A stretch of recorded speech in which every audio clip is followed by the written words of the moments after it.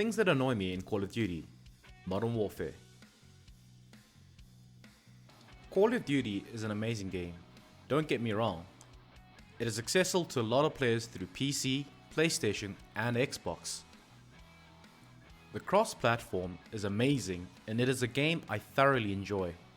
However, there are certain aspects of the game that really grind my gears, so to speak. VTOL stands for vertical takeoff and landing. It locks onto enemies and shreds them in the open, or like cover. In normal core game modes, this is not so bad. It requires a high enough kill streak. It is not the power of it that I have a problem with. It is the duration of the uptime in smaller maps, namely shootouts and shipment. Between the enemy players and the VTOL, you can barely move before you're instantly shot down where you spawn. The same goes for the chopper gunner. The difference is that the chopper gunner now has missiles. Any decent player can fire them through windows or even shoot them at walls to blow you up behind cover. This makes the aspect of hiding inside buildings very ineffective. Then there's the gunship. You can't even shoot it down because it's so high up. I've tried firing a javelin at it and the time it takes for it to reach there, the flares pop up and reload every time. Yes, I understand the point of a gunship is to sit at a high altitude so it can't be shot down. But I'm not talking about the power that's the problem. Once again, I'm talking about the long duration it is up for. Most of the times on those smaller maps, it's up for half the duration of the entire match. So if you have one in the beginning of the game, it's only going to end around halfway point. Now, some of the fixes that I will suggest in this video, they're not fixes, more of a balance note. For this particular problem in kill streaks, please remember I'm referring to smaller maps, namely shootouts and shipment. Now there might be those who say, "Oh, just don't play those maps." Personally, I enjoy these two maps, probably the most.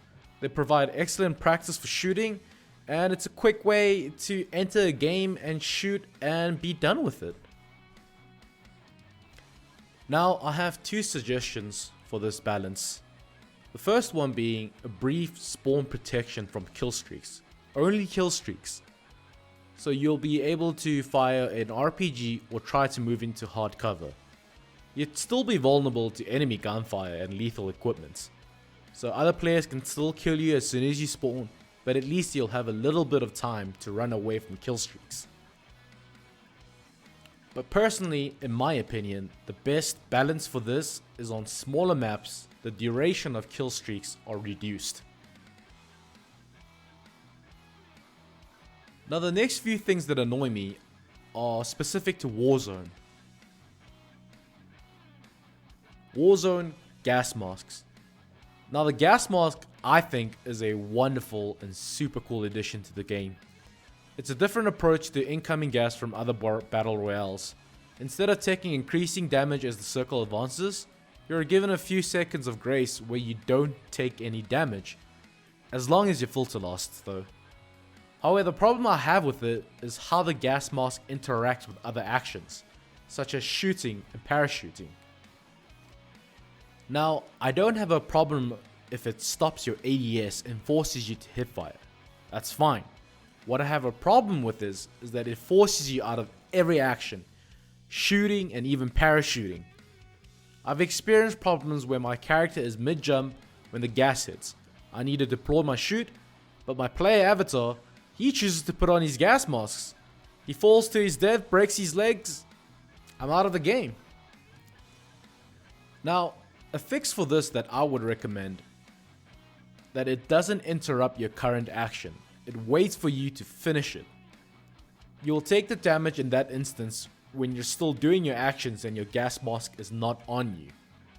So for example, when you're shooting or parachuting and even plating, you take damage in the gas, but once you finish these actions, then you're forced to put the gas mask on. You can't do anything afterwards. Now there is also the issue with visibilities depending on where you are. If you're in the gas, if you're out of the gas, if the person you're trying to see is in the gas with you. Now that's a problem, but I don't have much of an opinion on that matter. So we're gonna skip that for now. Now the second issue in Warzone that I have is probably one of the bigger issues that I've experienced, and I'm sure a lot of you agree as well. It's the single interaction key. The single interaction key has its perks. You don't have to scramble to remember which button is for every door, to pick up a weapon, to trigger your C4. It's convenient and makes gaming generally easier. However, in Warzone, I have issues with this. Most often times you're trying to do one thing and something else happens. I'm sure most of you, if not all, have experienced this problem. Your teammate gets down and you want to revive them, but they could be flushed because they're in the open or there's a team pushing you guys. So the first thing you want them to do is get inside a building for cover, but the door's closed. So what you do is run up to the door and open it so that your teammate can first crawl in, right? Now they're by the door, you want to open the door. Nope, the game says, nah, you can't open the door. You gotta revive your teammate while you guys are being shot at. Or in a similar scenario, let's say your team is already inside the small building and you want to close the door so they can't shoot you through it. Instead, the game's like, no, I think I'm gonna let you raise your teammate instead of trying to close the door. And there have been cases when we're trying to revive the teammate and the door keeps opening and closing. Now, in some other scenarios, these don't happen as much. The fight is over and you want to revive your teammate. Nope, you just picked up a decoy grenade. Now, when it comes to fixing this, the first thing that comes to mind will be different buttons for the interact keys. So, weapon pickup will be one key, reviving a teammate will be another one, and closing or opening doors would be other ones. That might be a problem for console players who have limited buttons, and in all honesty, that applies to keyboard players as well. There is just so much your one hand can reach in your standard WSD position. A better fix, in my opinion, is whatever your view is centered onto the closest interactable takes priority. You're looking down at your teammate and you hold F, you raise your teammate, then you can look around to close doors. Or you first look at the door, close it, then look down to revive your teammate. In terms of weapons versus reviving, the priority list. So there is a set list of which takes priority in interactions. So let's say your teammate's knocked and underneath them is a weapon.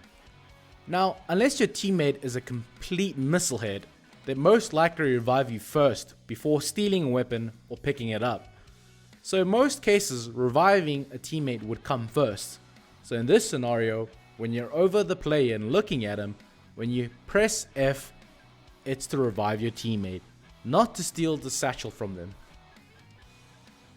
Now speaking of priority pickups, Activision, please, why on earth would I want to pick up a ground loot weapon that my friend previously dropped instead of the loadout I specifically made for the purposes and my personal preference? Has anyone else experienced this?